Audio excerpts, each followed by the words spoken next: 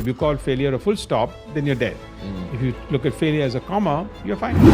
So hello and welcome guys to Pulkit tutorial channel और आप सभी को स्वागत है इस चैनल पे। और आज का वीडियो बहुत ही डिफरेंट काइंड ऑफ वीडियो है क्योंकि जो भी इस चैनल पे मैं वीडियो डालता हूँ वो या तो एमबीए रिलेटेड है या कुछ एजुकेशनल काइंड ऑफ वीडियो है। बट ये मैं जो वीडियो लाया हूँ आज ये बेसिकली एक मोटिवेशन वीडियो है क्योंकि मैं आप लोगों को अपना जर्नी बताना चाहता हूँ कि मेरा जर्नी कैसा रहा है from like school going student to doing an MBA. तो अगर कोई 2007 में मेरे से मिला हो वो विश्वास नहीं करेगा कि भाई ये बंदा एमबीए कर सकता है, क्योंकि जब मैं 9th स्टैंडर्ड में था जो कि 2007 में था, ठीक है, I basically failed in 6 subject and दो 6 subjects way basically all the main subjects like maths था, इंग्लिश था, साइंस थी, ठीक है, एंड हिंदी मतलब हिंदी में भी मैं फेल होता था। तो आप समझ सकते हो मतलब सारे सब्जेक्ट में मैं फेल होता था और मेरा मतलब कितना मैं हार्डली पास होता था, लाइक 40% मैं मुश्किल से लाता था।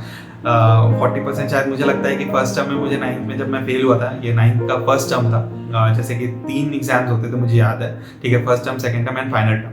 तो फर्स्ट टर्म था तो उस समय मेरे को 40% भी नहीं आया था, तो मैं ये डर हो गया था कि मतलब 9 से 10 जाऊंगा कि नहीं जाऊंगा। इनफैक्ट मेरे जो टीचर थे, वो जो मेरे क्लास टीचर थे, ये उन्होंने बहुत ही स्ट्रॉन्ग फीडबैक दिया था to my mom and dad कि भाई आपका बेटा पढ़ नहीं सकता, आपका बेटा आगे कुछ नहीं कर पाएगा, ठीक है, इससे बेटर इसको आप बिठा लो, ठीक है, आप इसके साथ इसको बिजनेस करा दो या कुछ ऐसा करा दो जो कि आपको मतलब ये आगे जाके अर्न कर सके कुछ, वरना इसका पढ़ाई से कुछ नहीं होने वाला। तो that feedback that I got ना, that actually hit me somewhere। मतलब कहीं तो मेरे को मतलब लगा था कि भाई ये कैसे बोल सकती है यार, मतलब लिटरली मैं सोच रहा था कि कुछ तो करूंगा यार अपनी लाइफ में, कुछ तो करूंगा, बट इन्होंने ऐसा बोल दिया कि मतलब बहुत बुरा लगा। एंड तब मुझे रियलाइज हुआ कि पेरेंट्स टीचर मीटिंग बहुत ही इंपॉर्टेंट होता है, क्योंकि ये अगर नहीं हो, ठीक है, तो नहीं पता चलेगा, मतलब स्टूडेंट्स को उतना इम्पैक्ट नहीं पड़ेगा। अगर स्टूडेंट बुरा है तो ठीक है, अच्छा है तो ऑफकोर्स फर्क नहीं पड़ता। फिर तो जो इम्पैक्ट आया मेरे को उस समय, ठीक है, उसके बाद there was no going back.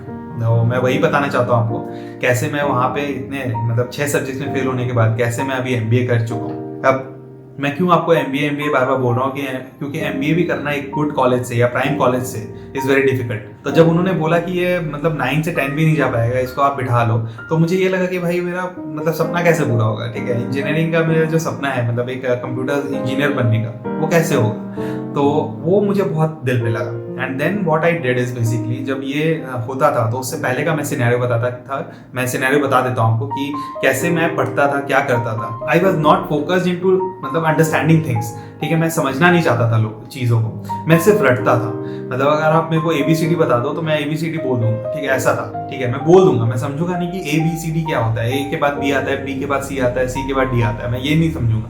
मैं ये बोलूंगा अच्छा ABCD बोला, ABCD ही बोलूंगा, मैं उसका लॉजिक नहीं समझता था। तो that was a very big fault under मी कि मैं बस रटने से काम चलाता था। एंड उसके बाद मुझे रियलाइज हुआ कि भाई सिर्फ रटने से काम नहीं होगा। अब जैसे मैथ्स आप कर रहे हो, मैं मैथ्स भी रटता था, ठीक है, कि इसके बाद ये होगा, इसके बाद ये होगा, इसके बाद ये होगा, मतलब पॉइंटर्स में समझता था। तो उससे क्या होता था, मैं 10 प्रॉब्लम समझ गया, 10 प्रॉब्लम रट लिया, ठीक है, वो 10 प्रॉब्लम नहीं आया तो मैं फेल। तो वो चीज गलत होने लगा था। तो what first I did is basically समझना शुरू किया। तो समझ के अगर प्रॉब्लम सॉल्व कर रहा था तो उसके कारण क्या मुझे समझ में आया कि भाई एक बार तुम समझ जाओ तो जितने भी प्रॉब्लम्स आएंगे उससे रिलेटेड तो तुम सबको सॉल्व कर पाओगे। तो इससे पहला चीज क्या हुआ कि अगर मैं 10 प्रॉब्लम पहले कर रहा था, ठीक है, अभी वो 10 प्रॉब्लम एक ही लॉजिक में मेरा खत्म हो जा रहा है, ठीक है, तो मेरा एक लॉजिक समझ गया तो 10 प्रॉब्लम वही सॉल्व हो गए।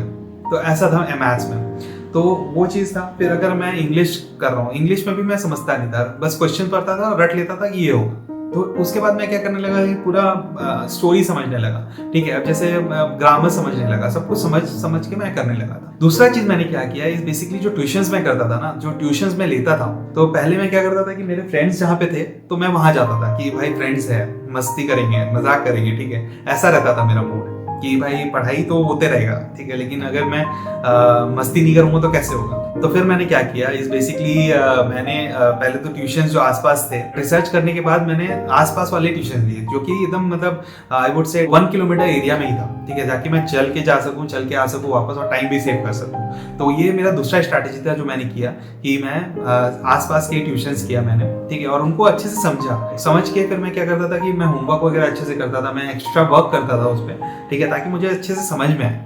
तो ये दूसरा चीज था जो कि बहुत ही हेल्प किया मुझे। तीसरा चीज मैं क्या करता था कि स्कूल में मैं ध्यान देता था ठीक है। स्कूल में मैं कभी ध्यान नहीं दिया था पहले, तो स्कूल में फिर मैं ध्यान देने लगा। तो पहले क्या होता था कि मैं लास्ट बेंचर में आया करता था, तो लास्ट बेंचर वाज लाइक मतलब लास्ट बेंचर का एक नेगेटिव ही रहता है कि भाई ये लास्ट बेंचर है, इससे तो पढ़ाई नहीं होगा। तो मैं पहले लास्ट बेंचर ही था, मुझे कभी भी फर्स्ट में जाने का मन नहीं करता था। आपको याद होगा कि मतलब वो राउंड रॉबिन चलता था कि मतलब पहले अगर कोई है तो वो एक एक करके पीछे जाता है, फिर वापस से ऊपर आता है। मुझे कभी भी फर्स्ट बेंच में बैठने का कभी मन नहीं किया था कि भाई कभी टीचर पूछ लिया तो मैं क्या दूंगा, क्या आंसर करूंगा, मुझे पता ही नहीं है। तो उसके बाद मेरा ये डर खत्म हुआ, मैं मतलब इन्वॉल्व होने लगा। अगर कोई क्वेश्चन पूछ रहे थे सर तो मैं उसका रिप्लाई करता था, मैं उसको बताता था, चाहे रॉन्ग हो या राइट हो। ये एक तीसरा जो था वो बहुत ही इंपॉर्टेंट मेरे लिए काम आया। तो ये जो चीजें थे ना, ये सब मैं किया, तो उसके कारण क्या हुआ, 9th में मैं एटलीस्ट पास हो गया। मैं वेरी ऑनेस्टली मैं बताऊंगा, 9th में मैं सिर्फ पास हुआ, जो कि मैं 10th में गया एंड 10th भी अच्छे से गुजरा।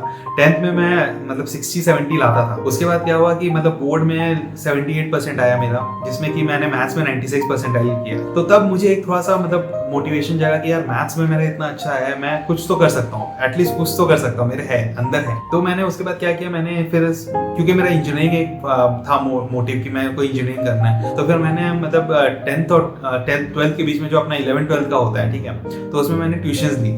ट्यूशंस बेसिकली वही केमिस्ट्री फिजिक्स का लिया एंड मैथ्स का लिया, तो ये तीनों के ट्यूशंस लिए एंड आई ट्राइड कि जितना हो सकता है, जितना कम दूर हो उतना अच्छा है। लेकिन क्योंकि आपको पता है कि 11th-12th का जो पढ़ाई होता है वो कुछ इंस्टीट्यूट से जाके करना होता है, कुछ अच्छे ये प्रोफेसर्स के पास जाके करना होता है, तो इसलिए मेरे को काफ़ी दूर दूर ट्रैवल करना पड़ा, जिसके कारण मेरा उतना अच्छा मतलब प्लेजेंट एक्सपीरियंस नहीं था 11th-12th का। But still I like try to manage 83% in 12th boards. अब क्या हुआ, 12th बोर्ड के बाद मुझे मतलब करना था कॉम्पिटिशन का तैयारी। कॉम्पिटिशन मेरा उतना अच्छा गया नहीं, मतलब कहीं पे भी मुझे अच्छे कॉल्स नहीं आए, ठीक है। जैसे मैंने IIT दिया, AIEEE दिया, तो उतने अच्छे मुझे कभी भी मार्क्स नहीं आए, तो जिसके कारण मुझे IIT NIT में मिलता। तो मेरा उस समय KIIT में हो रहा था, Kalinga institute of information technology में, बट मुझे उसमें जाना नहीं था वेरी ऑनेस्टली, क्योंकि उसमें क्या था कि मतलब काफी लोग जा रहे थे, उतना अच्छा नाम भी मेरे हिसाब से नहीं था, ठीक है। मैं ये नहीं बोलूंगा कि अच्छा नहीं है कॉलेज, अच्छा कॉलेज है, बट मेरे हिसाब से जो मुझे टारगेट करना था वो नहीं था। तो what I did is I dropped out. एक ईयर का गैप लिया मैंने, जिसमें मैं कोटा गया। कोटा में वाइब्रेंट एकेडमी है, I don't know if you know it और नॉट। वाइब्रेंट एकेडमी है, उसमें मैं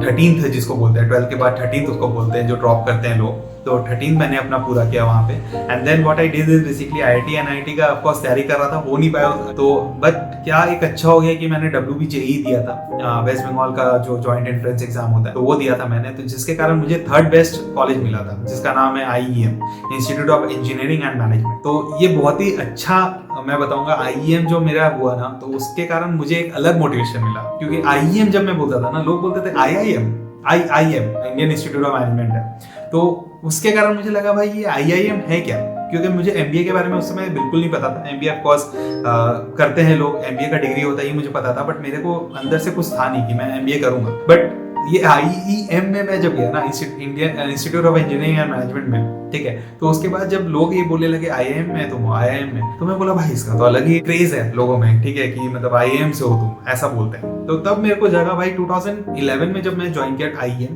विद इन 1 ईयर मतलब मैंने ठान लिया कि MBA भी करना है मुझे। भाई मैं आपको अपना एक्सपीरियंस बताता हूँ, IIM का बताता हूँ मैं आपको एक्सपीरियंस की, जो मेरा वो एक्सपीरियंस है ना 4 साल का, इट वाज फैबुलस। मतलब मेरे फ्रेंड्स बने बहुत अच्छे फ्रेंड्स जो कि अभी भी है, एंड काफी अच्छा प्लेजेंट एक्सपीरियंस था मेरा ये 4 साल का। मैंने टाइम ज्वाइन किया। टाइम बेसिकली एक इंस्टीट्यूट है जो कि आपको तैयारी कराता है MBA का, कैट का जो क्वांट होता है, LRDI होता है, VA होता है, ठीक है, तो वो सब मैंने पढ़ाई किया वहाँ पे।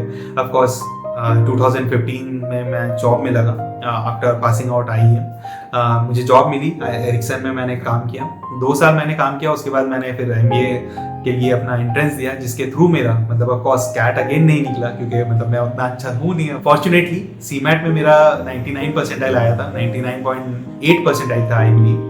CMAT is another entrance exam जो होता है, ठीक है, जिसके थ्रू आप GIM में जा सकते हो। ये जो CMAT एंट्रेंस एग्जाम है, ये one of the criteria eligibility है basically for going into GIM। ये आप नोट कर सकते हो अगर आपको GIM में जाना है तो इसके थ्रू आप मतलब बेसिकली GIM में जा सकते हो। और मेरा अच्छा परसेंटाइल इसमें आ गया था फॉर्चुनेटली आई वुड से, ठीक है। मेरा जो इंटरव्यू हुआ था GIM का, वो IMI कोलकाता से हुआ था।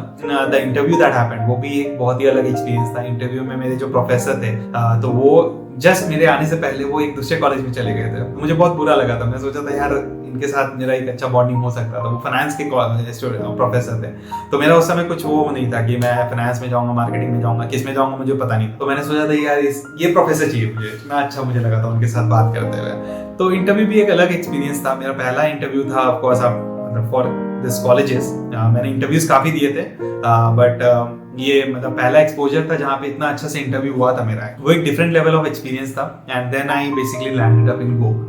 तो गोवा इंस्टीट्यूट ऑफ मैनेजमेंट का एक अलग से मैं वीडियो बनाऊंगा, उसका एक्सपीरियंस अपना शेयर करूंगा कि कैसा था मेरा एक्सपीरियंस ओवरऑल, उसका जर्नी में बताऊंगा। बट ये मेरा ओवरऑल था जो कि मैं बनाया ये वीडियो ताकि आपको मोटिवेशन मिले। एंड मोटिवेशन इसलिए मिले क्योंकि भाई बहुत मेहनत करते हैं लोग, बट हो नहीं पाता है, कुछ ना कुछ मिसिंग होता है। तो वो मिसिंग पीस आपको ढूंढना है। वो जो पजल में जो इतने सारे पीसेस होते हैं ना, वो एक पजल का पीस जो मिसिंग होता है उसको आपको ढूंढना है। वो आपको कैसे मिलेगा कि वो ऑफकोर्स लक पे डिपेंड करता है। मेरे को भी अगर वो हार्ड फीडबैक नहीं मिलता तो अभी मैं शायद बिजनेस कर रहा होता या पता नहीं कहाँ मैं क्या कुछ कर भी नहीं रहा होता शायद। ये हो सकता है। तो मतलब मुझे वो फीडबैक मिला तब जाके मैं इवॉल्व हुआ and then I basically became what I am right now and I am a HR professional now.